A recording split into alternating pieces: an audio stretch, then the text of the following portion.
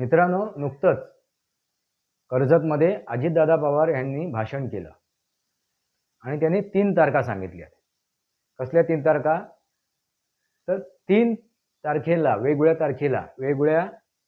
वेगवेगळ्या दिवशी ज्या घटना घडल्यात राष्ट्रवादी पक्षामध्ये, त्या घटना त्यांनी जनतेसमोर ठेवल्यात. ते तुम्ही ऐकल्याच असतील. मी विषय कुठला घेऊन आलोय तर जयंत पाटील यांनी त्याच्यावरती उत्तर दिलं आणि ते काय म्हणालेत तर कुटुंबामधील, परिवारामधील ज्या काही गोष्टी आहेत त्या चव्हाट्यावर आणू नये आणि हे दुःखद आहे असं ते म्हणाले. पण ही वेळ कोणी आणली आणि कशी आणली गेली ह्याबद्दल आपण चर्चा करणार आहोत.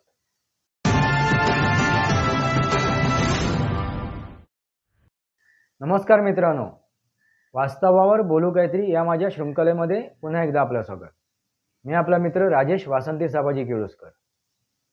मित्रांनो, सध्या जे महाराष्ट्रात राजकारण घडते ते सर्वश्रुत आहे. सध्या शरद पवार यांच्या राष्ट्रवादीच्या भोवती हे राजकारण फिरते. यापूर्वी शिवसेना हा विषय होता, तो अजूनही चालू आहे, तो संपलेला नाहीये. आता तो शिवसेना आणि उभाटा असे त्याचे शक्ल पडलेली आहे. पण इथे विषय कसा आहे, राष्ट्रवादी पक्ष अजूनही ते एकच आहेत, नाव एकच आहे. त्यांना 2 नावं दिलेली गेलेली नाहीयेत. राष्ट्रवादीचा घड्याळ पक्ष कोणाचा, त्याचा अध्यक्ष कोण, त्याचे सर्वेसर्वा कोण, यातून फायनल व्हायचं आहे, हे नक्की ठरायचं आहे. कोर्टामध्ये हा विषय गेलेला आहे, न्यायालयीन ही गोष्ट आहे. आता जो का निकाल लागेल तो सर्वांनाच दिसणारच आहे, समजणारच आहे. पण तत्पूर्वी एक विषय आता सुरू झालेला आहे. काय विषय? तर शरद पवार हे कसे वागलेत आणि हे सांगतोय कोण? तर त्यांचेच पुतण्या अजितदादा पवार. त्यांनी आताच नुकतंच कर्जतला आपलं भाषण केलं आणि त्या भाषणामध्ये त्यांनी काय वक्तव्य केलं तर त्यांनी 3 तारखा सांगितल्या, 3 दिवस सांगितले. आणि त्या 3 तारखेप्रमाणे त्या 3 दिवशी शरद पवारांनी काय केलं, कशा प्रकारे काय केलं हे त्यांनी सविस्तर सांगितलंय. त्याच्यावर आपण चर्चा करायला जाऊया नको, तुम्ही ते जाऊन ऐकू शकता. मला त्याच्यातला मुद्दा घ्यायचा आहे, मथित अर्थ समजून घ्यायचा आहे. त्याचा आपण मुद्द्यावर जाऊ. आपण त्याच्या मागे काय सार आहे, अर्थ काय आहे, त्याच्यातून काय आपल्याला समजून घ्यायचं आहे, याच्यावर आपण चर्चा करू. त्यांनी जे 3 तारखा सांगितल्यात, 3 दिवस सांगितलेत, त्याच्यातून एकच गोष्ट काय होते, निदर्शनात येते. ती गोष्ट म्हणजे शरद पवार यांनी काय केलंय, बोलल्याप्रमाणे ते वागले नाहीत. ते ज्याप्रमाणे बोललेत त्याप्रमाणे ते वागले नाहीत. त्याप्रमाणे त्यांनी कृती केली नाही. जसं ठरवलंय तसंच नाही घडलं. तर काय केलं त्यांनी? आज बोलायचं एक आणि करायचं एक. म्हणजे फक्त त्यांनी थापा मारल्या. खोटेपणा केला. त्यांनी बोललेलं परत मागे घेतलं. अशा गोष्टी झाल्या. म्हणजे यू-टर्न मारणं, इंग्रजीमध्ये यू-टर्न. परत जिथून सुरुवात केली तिथे परत येणं, यू-टर्न मारून. हीच गोष्ट केली आणि हेच आयुष्यात त्यांनी आजपर्यंत केलं. तीच गोष्ट ह्या 3 दिवशी घडलेली आहे. मित्रांनो, ही गोष्ट किती सत्य आहे हे सर्वश्रुत आहे, जनतेला माहीत आहे. शरद पवार कसे आहेत आता हे जनतेला पूर्णपणे माहीत पडलेलं आहे. आभार मानतो मी या सोशल मीडियाचे, ह्या सामाजिक माध्यमाचे आभार मानतो. त्यामुळे ह्या गोष्टी आता सामान्य जनतेपर्यंत पोचत आहेत. अन्यथा काय व्हायचं, काही लोकांच्या हातातच हे शस्त्र होतं. कोणतं? तर पत्रकारिता, पत्रकारिता, संपादिका, संपादक आणि पत्रकार हे काही जणांच्या हातात होते आणि ते आपापल्या परीने हे शस्त्र वापरत होते. हे शस्त्र ते आपापल्या परीने वापरत होते, स्वतःच्या मतलबासाठी, स्वतःच्या स्वार्थासाठी. आणि कुठला राजकारणी आपल्याला फायदेमंद आहे, त्या राजकारणापासून आपण काय फायदे उचलू शकतो, हेच आजपर्यंत दिसून आलं. हा चौथा स्तंभ आहे मित्रांनो. कसला? तर लोकशाहीचा. लोकशाहीचा चौथा स्तंभ आहे. पण तो कधी स्तंभ म्हणून उभा राहिला नाही. काही पत्रकार, काही संपादक प्रामाणिकपणे काम करत होते, आजही करतायत. पण बहुसंख्य पत्रकार काय करतायत? चाटुगिरी करतायत, हुजरेगिरी करतायत. काय करतायत? चाटुगिरी, हुजरेगिरी, गुलामगिरी करतायत. हे गुलाम आहेत, ह्या राजकारण्याचे गुलाम आहेत, की राजकारणी त्यांचे गुलाम आहेत, ते आता ठरवायला पाहिजे. पत्रकार राजकारण्याचे गुलाम आहेत की राजकारणी पत्रकारांचे गुलाम आहेत, ते आपल्याला आता ठरवायला पाहिजे, शोधायला हवं. दोघं एकमेकाचे गुलाम आहेत असं म्हटलं तरी हरकत नाही. आपल्या सोयीनुसार, आपल्या सवडीनुसार ते काय करतायत? रंग बदलतायत. हे असे पत्रकार आणि असे राजकारणी. आता पत्रकार कोण कोण आहेत ते तुम्ही शोधून काढा. पण राजकारणी कोण आहे? त्यातला एक राजकारणी मी तुमच्यासमोर ठेवतोय, तो म्हणजे शरद पवार.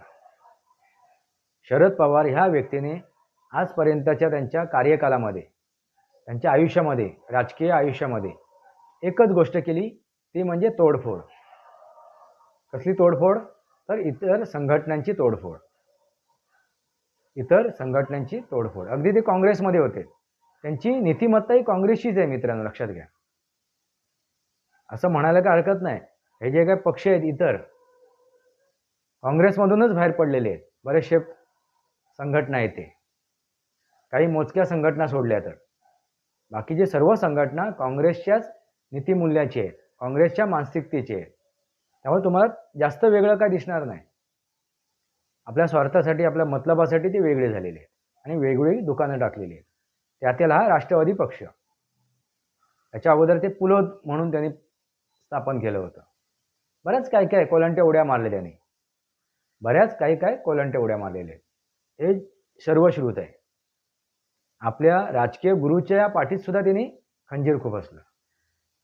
वसंतदादा पाटील हे सर्वश्रुत आहे. आणि हे अशी व्यक्ती, शकोनी मामा सुद्धा शर्मेने मान खाली घालेल. या व्यक्तीसमोर शकोनी मामा सुद्धा शर्मेने मान खाली घालेल, अशी ही व्यक्ती. ह्या व्यक्तीने कधीही ठाम आपली मतं ठेवली नाहीत, आणि ठेवलीत तर ती बाळगली नाहीत. ते ठाम राहिले नाहीत आपल्या वक्तव्यावरती. थुकलेलं चाटतच गेलेत, थुकलेलं चाटत गेलेत. म्हणून ह्या वयात सुद्धा त्यांना ह्या परिस्थितीला आता तोंड द्यावं लागते. जसं पेरलंय तसंच उगवते, जसं पेरलंय तसंच उगवते. त्यांनी दुनिया जे पेरलं, दुनियाची जी अवस्था केली, म्हणजे कुठली? इतर संघटनांची, इतर कुटुंबांची, इतर राजकीय नेत्यांची जी अवस्था केली त्यांनी, तीच अवस्था आता त्यांच्यावरती आलेली आहे. ते जयंत पाटील म्हणतात, कुटुंबामधील अंतर्गत ज्या गोष्टी आहेत त्या गोष्टी चव्हाट्यावर येऊ नये. ह्या चव्हाट्यावर आणण्याचा सुरुवात कोणी केली? तर शरद पवार यांनी. कुठून? तर इतर राजकीय संघटनेमधून, इतर राजकीय नेत्यांमधून. बऱ्याच राजकीय नेत्यांची त्यांनी कुटुंब उद्ध्वस्त केली, त्यांच्या कुटुंबात हस्तक्षेप करून, त्यांच्या संघटनेमध्ये हस्तक्षेप करून. मित्रांनो, लक्षात आलं का? त्यांच्या संघटनेमध्ये, त्यांच्या कुटुंबामध्ये हस्तक्षेप करून त्यांना उद्ध्वस्त केलं. कोणी? तर शरदचंद्रजी पवार.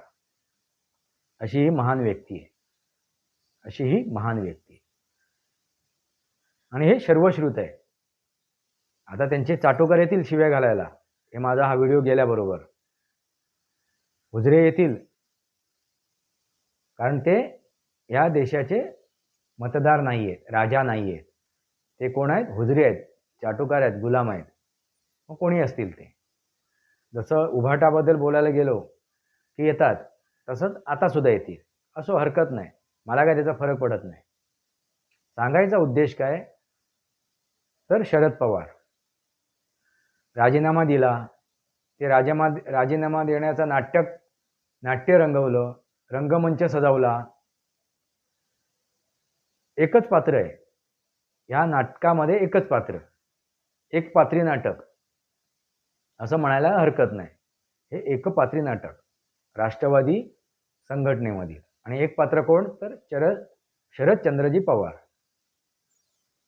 करता करविता तेच, घोषणा करणारे तेच, त्या घोषणा मागे घेणारे तेच, आपल्या संघटनेतील लोकांना फितवणारे तेच. म्हणजे सर्व एकपात्री कलाकार असं समजायला काय हरकत नाही.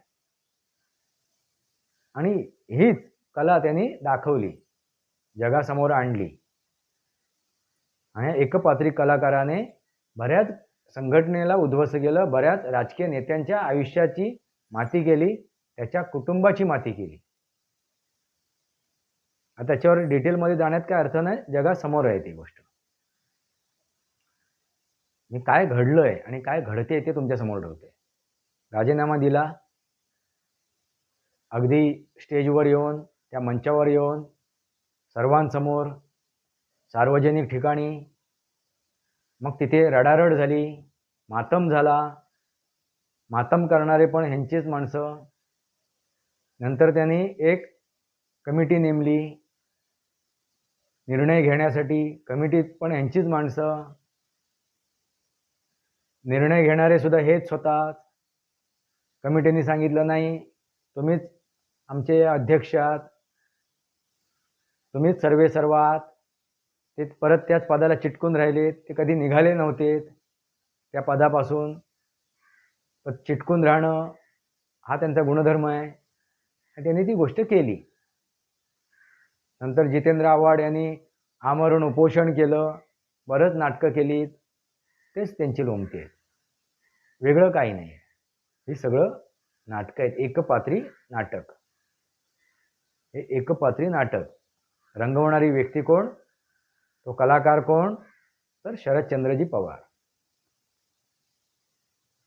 मग मला सांगा, राजकीय भवितव्य जर आपलं धोक्यात आलंय अशा व्यक्तीमुळे, तर इतरांनी काय करावं? हे जर असंच होत राहिलं तर आपलं राजकीय भवितव्य संपणार आहे. असं जर एखाद्या व्यक्तीला कळलं, वाटलं, तर काय चूक आहे? आणि ह्याच गोष्टीमुळे आज अजितदादा पवार आणि त्यांच्यासोबत गेलेले जे आमदार आहेत किंवा खासदार आहेत किंवा त्यांचे कार्यकर्ते आहेत, ते का गेलेत, तर त्यांचं राजकीय भवितव्य अशा व्यक्तीमुळे धोक्यात आलं होतं. ते थांबत नव्हते. मित्रांनो, एक गोष्ट तुम्हाला या अगोदरही सांगितलेली मी. श्रीकृष्ण यांनी आपल्या शेवटच्या ह्याच्यामध्ये, म्हणजे अवतार संपवायच्या अगोदर अर्जुनाला एक संदेश दिला. काय सांगितलं त्यांनी, की एका वेळेनंतर थांबायला हवं आपल्याला. प्रत्येक वेळेनंतर प्रत्येकाला थांबायला हवं. कुठे थांबायला हवं, तर आपल्या सार्वजनिक जीवनातून आपल्याला थांबायला हवं. आपल्याला रिटायर व्हायला पाहिजे. आपल्याला रिटायरमेंट घेणं गरजेचं आहे, निवृत्त होणं गरजेचं आहे त्या जीवनातून. नाहीतर काय होईल, नको त्या गोष्टी घडतील समाजामध्ये, नको त्या गोष्टी घडतील. त्या एका मर्यादेनंतर आपण जर समाजात सार्वजनिक ठिकाणी जर कार्यरत राहिलो तर नको त्या गोष्टी घडतील.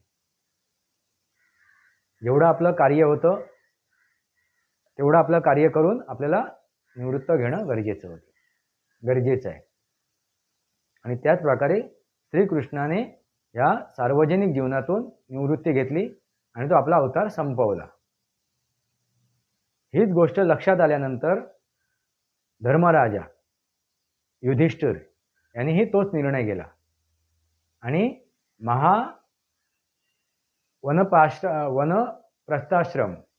वनप्रस्थाश्रम त्यांनी घेतला आणि आपल्या भावंडांसोबत, आपल्या पत्नीसोबत ते निघून गेले आणि स्वर्गवासी झाले, स्वर्गात निघून गेले. त्यांनी योग्य वेळेत काय केलं, रिटायरमेंट घेतली, निवृत्त झालेत राजकीय आयुष्यातून.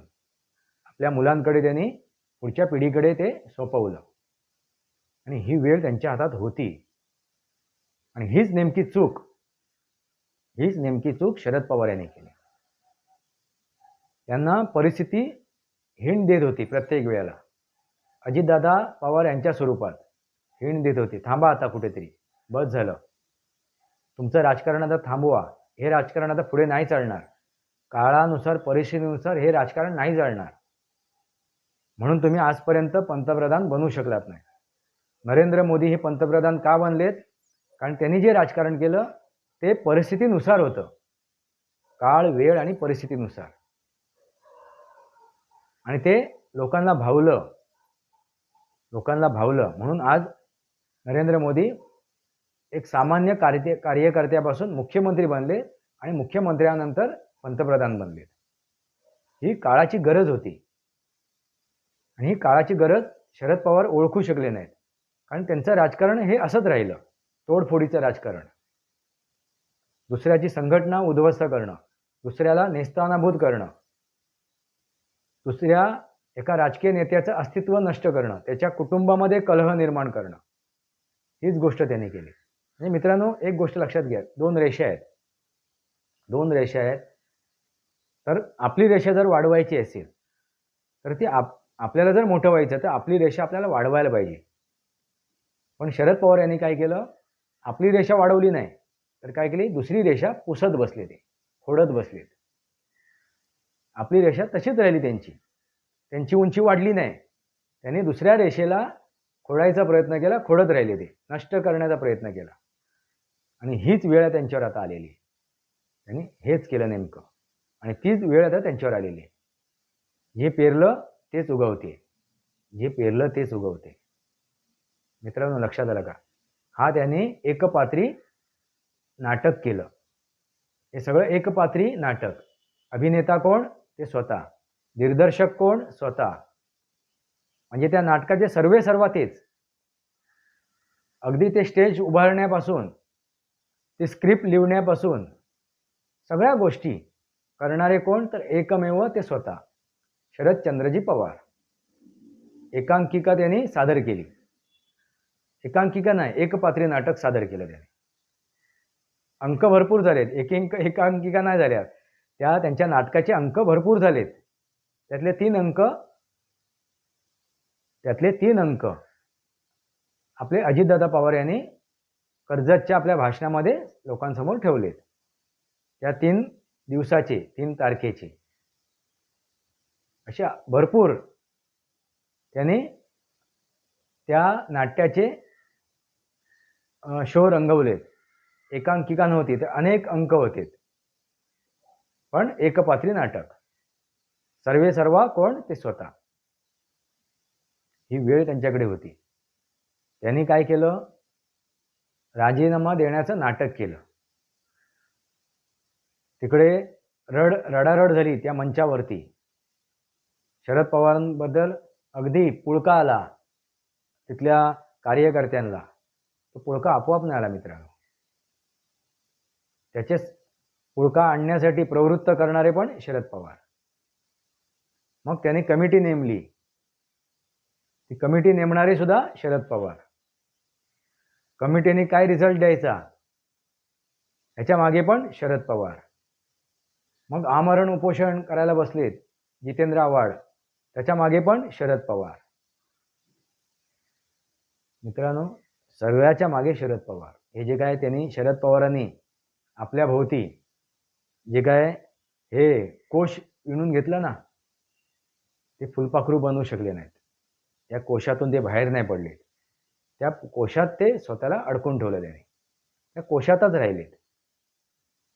जर त्या कोशातून ते बाहेर पडले असते, फुलपाखरू झाले असते, तर त्यांनी जे काय चुका केल्या, जे काय पाप केलंय, ते कुठेतरी क्षम्य झालं असतं. पण आता ते काय झालंय, उघड होतीये. त्याचे प्रत्येक पानं उघड होत आहेत. प्रत्येक पानं आता उघड होत आहेत. जे कुठेतरी दबलं गेलं होतं. बंद मुट्ठी लाख की, खुल गई तो खाक की. आज तेच होते, ती खुलतीये, ती उघडी होणार आहे, आणखीन पुढे उघडी होणार आहे. आता येत्या निवडणुकीमध्ये आणखीन त्या गोष्टी बाहेर पडणार आहे आणि आता बऱ्याच जणांकडून त्या बाहेर पडणार आहेत. शरद पवार यांचं वस्त्रहरण होणार आहे. द्रौपदीच्या वेळेला श्रीकृष्ण होते, कारण ती प्रामाणिक होती, सत्य होती, म्हणून तिच्या इज्जतीसाठी श्रीकृष्ण, भगवान श्रीकृष्ण तिथे उपस्थित राहिले, आलेत आणि तिची इज्जत वाचवली. पण इथे प्रश्न वेगळा आहे. या वस्त्रहरणाची परिस्थिती वेगळी आहे. ते स्वतः करून घेत आहेत. इथे तो दुर्योधनाचा भाऊ, काय नाव त्याचं ते आठवत नाही, तो तिचा पदर खेचत नाहीये, तो वस्त्रहरण करत नाही, तर शरद पवार स्वतःचं वस्त्रहरण करून घेत आहेत. स्वतःचं वस्त्रहरण करून घेत आहेत. मग त्याला कोण रोखू शकतो मित्रांनो? कोण रोखू शकतो? माझ्या वडिलांनी सांगितलेले 3 मंत्र या अगोदर बऱ्याच वेळा मी सांगितले. तूच आहे तुझ्या जीवनाचा शिल्पकार. आणि खरोखर शरद पवार यांनी आपलं राजकीय भवितव्य घडवलं, शिल्प घडवलं, अगदी सुंदर. मग ते कसंही असो, घडवलं त्याने कशाही प्रकारे, एखाद्याला बर्बाद करून काय करून कसंही असो घडवलं त्याने. पण ते थांबले नाहीत. तुझं आहे परी तुझं पाशी परी जागा चुकलाशी. जागा चुकलाशी हा दुसरा मंत्र. बघा, त्यांच्याकडे होती वेळ, तो समय होता की राजीनामा देण्याचा आणि ह्या सार्वजनिक जीवनातून रिटायर होण्याचा. पण त्यांनी ते केलं नाही. जसं मी श्रीकृष्णाने सांगितलेला विषय तुमच्यासमोर ठेवला अर्जुनाला, त्या प्रकारे त्यांनी वेळेवरती जर राजीनामा दिला असता तर हे येणाऱ्या गोष्टी घडल्या नसत्या. आणि तुझं आहे तुझं पाशी परी जागा चुकलाशी. हे जागा चुकलेत. झाला मानव या संसारी आपुला आपण वैरी. आता ह्याच्यात वैरी कोण आहे? ते स्वतःच आहेत. राजीनामा जर वेळेवर दिला असता किंवा ज्या काय गोष्टी त्याने केल्या आपल्या आयुष्यात, बर्बाद करण्याच्या इतरांचे संसार उद्ध्वस्त करण्याचे, इतरांच्या संघटना उद्ध्वस्त करायचे, इतरांचं राजकीय अस्तित्व नष्ट करण्याचं जे काय त्यांनी प्रकार केले, हे जरी केलं नसतं तरी ही वेळ त्यांच्यावर आली नसती. झाला मानव या संसारी आपुला आपण वैरी. स्वतःचं वस्त्रहरण ते करतायत. वस्त्रहरण करणारा कोण आहे? ते स्वतः आहेत. स्वतःच्या हाताने स्वतःचे कपडे काढतायत, आत्महत्या करतायत. आत्महत्या करणाऱ्याला कोणी रोखू शकत नाही. आणि त्यांनी ठरवलंय मला आत्महत्याच करायचं, मला मरायचं आहे, या जगातून निघून जायचंय. त्याला कोणी रोखू शकत नाही, कारण त्याची मानसिकता काय असते? स्थिर नसते. तो डामाडोल असतो. त्याचा स्वतःवर विश्वास नसतो. त्याचा स्वतःवर विश्वास नसतो म्हणून तो आत्महत्या करतो. आणि हीच नेमकी गोष्ट झाली. हीच नेमकी गोष्ट शरद पवार करतायत. शरद पवार करतायत. त्यांनी काय केलं? आपली रेषा वाढवली नाही तर दुसऱ्याची रेषा पुसत गेले. आजही ते दुसऱ्याची रेषा पुसत नाहीये. आपल्याला वाटते आपण दुसऱ्याची रेषा पुसतोय, तर नाही मित्रांनो, आपण आपलीच रेषा पुसत असतो. आपण आपलीच रेषा पुसत असतो आणि तीच नेमकी गोष्ट शरद पवार यांनी केली. त्यांना वाटत होतं की मी ह्याची रेषा पुसली, त्याला नष्ट केलं, माझीच रेषा अस्तित्वात राहील. पण ती राहिली अस्तित्वात तुमची, पण तेवढ्या पुरतीच राहिली ना, मर्यादितच राहिली. आता ती राहिलेली आहे तेवढ्याच मर्यादित, त्याची उंची नाही वाढली. आता आहे तिला आता पुसायला त्यांनी सुरुवात केलेली आहे, म्हणजे ती सुद्धा आता नष्ट होईल. दुसरी रेषा त्यांनी दुसऱ्याची रेषा पुसली आणि स्वतःची रेषा तेवढीच ठेवली. आता वेळ त्यांनी एवढीच आणली स्वतःवरती की ती रेषा सुद्धा ते आता स्वतःच्या हाताने पुसतायत, म्हणजे स्वतःचं अस्तित्व नष्ट करतायत. राजकीय भवितव्य तर केव्हाच त्यांचं संपलेलं आहे. राजकीय भवितव्य त्यांचं केव्हाच संपलेलं आहे. आता फक्त जे काय होतं त्यांचं, जी काय इज्जत होती, तो काय मान सन्मान होता, तो फक्त आता जायची गोष्ट बाकी राहिलेली आहे आणि ती आता स्वतः काढून घेत आहेत. बाकी दुसरं काही नाही. जे जयंत पाटील म्हणालेत की कुटुंबातील अंतर्गत ज्या गोष्टी आहेत त्या चव्हाट्यावर येऊ नयेत. मित्रांनो, कुटुंबातील अंतर्गत गोष्टी चव्हाट्यावर आणण्यासाठी प्रवृत्त शरदचंद्रजी पवार यांनी इतरांना केलं. त्यांचं आयुष्य बर्बाद केलं, त्यांची कुटुंब बर्बाद केली, त्यांच्या संघटना बर्बाद केल्या. पेरलं ते उगवते. इतरांबाबत जे त्यांनी केलं तेच आता त्यांच्या बाबतीत घडते. त्यामुळे अजितदादा पवार यांना दोष देण्यात काही अर्थ नाही. अजितदादा पवार आपलं राजकीय भवितव्य सांभाळण्यासाठी त्यांनी हा घेतलेला निर्णय आहे आणि त्याच्यासोबत गेलेले इतर आमदार, खासदार किंवा इतर कार्यकर्ते आपलं राजकीय भवितव्य सांभाळण्यासाठी. कारण काळ, वेळ, परिस्थितीनुसार ती गोष्ट बदलायला हवी होती, पण शरद पवारांनी कधीच स्वतःला बदललं नाही. ते तसेच राहिलेत. त्यांना त्याच्यातच आनंद वाटत राहिला. स्वतःला ते चाणक्य समजत गेलेत, पण ते चाणक्य कधीच नव्हते. जाणता राहता स्वतःला समजत गेलेत. जाणता राजा म्हणून स्वतःला संबोधून घेऊन जे करणारे त्यांना जाणता राजा म्हणून किंवा चाणक्य म्हणून गौरव करणारे जे लोक होते, चाटुकार, चमचे, पत्रकार असो, संपादक असो किंवा त्यांचे समर्थक असो, यांनी त्यांची माती केली. म्हणून मित्रांनो लक्षात घ्या, समर्थक सुद्धा एखाद्याची माती करतो. या अशा गोष्टी करून ते जाणता राजा कधीच नव्हते. जाणता राजा कोण? तर एकमेव ते म्हणजे छत्रपती शिवाजी महाराज. कारण त्यांनी रयतेचा विचार केला. त्याने आपल्या सगळे सोबती होते, आपल्या मावळ्यांचा, आपल्या सगळे सोबतींचा त्यांनी विचार केला, सर्वांचा विचार केला. स्वतःच्या व्यतिरिक्त त्यांनी इतरांचा विचार केला. असा तो जाणता राजा. आणि आर्य चाणक्याने धर्माचा पाया बसवला, अधर्माचा विनाश करवला. अधर्म संपुष्टात आणण्यासाठी त्यांनी प्रयत्न केले आणि धर्म स्थापन केलं चाणक्याने, चाणक्य नीतीने. कृष्ण नीतीने सुद्धा तेच केलं. अधर्माचा विनाश केला आणि धर्म स्थापन केला कृष्ण नीतीने. पण ह्या गोष्टी बाजूला ठेवून शरद पवार यांनी कुठली नीती स्वीकारली? ती म्हणजे शकोनी नीती. आणि ते शकोनीला लाजवेल अशा गोष्टी केल्या. शकोनी सुद्धा त्यांच्यासमोर नतमस्तक होतील, जर असते तर नतमस्तक झाले असते. एवढ्या पायरीपर्यंत ते पोहोचले. मित्रांनो, ही वेळ का आली? चव्हाट्यावर का आलेत? आज येणार आहेत पुढे अजून येत्या निवडणुकीमध्ये आणखीन ते स्वतःचं वस्त्रहरण करून घेणार आहेत. अजूनही जर ते थांबले नाहीत तर असलेली नसलेली इज्जत, आता वरचे कपडे तर गेले आहेत त्यांचे, अंतर्गत कपडे राहिलेले आहेत. आता वरचे कपडे त्यांचे गेले आहेत, त्यांनी कधीच काढून मोकळे झाले ते. आता अंतर्गत जे कपडे आहेत ते सुद्धा आता ते काढण्याच्या मार्गावर आहेत. स्वतःच, कोणी काढत नाही, ते स्वतः काढत आहेत. आणि ही वेळ ते आता स्वतःवरती लवकरात लवकर आणणार आहेत. तर ते थांबले नाहीत तर त्यांनी थांबावं अशी माझी इच्छा आहे. वास्तवावर बोलू काहीतरी या शृंखलेला सबस्क्राईब करा, बेल आयकॉन दाबा. माझे विचार पटत असेल लाईक करा आणि आपले विचार कमेंट बॉक्समध्ये लिहा. तुर्तास इतकंच. भारत माता की जय.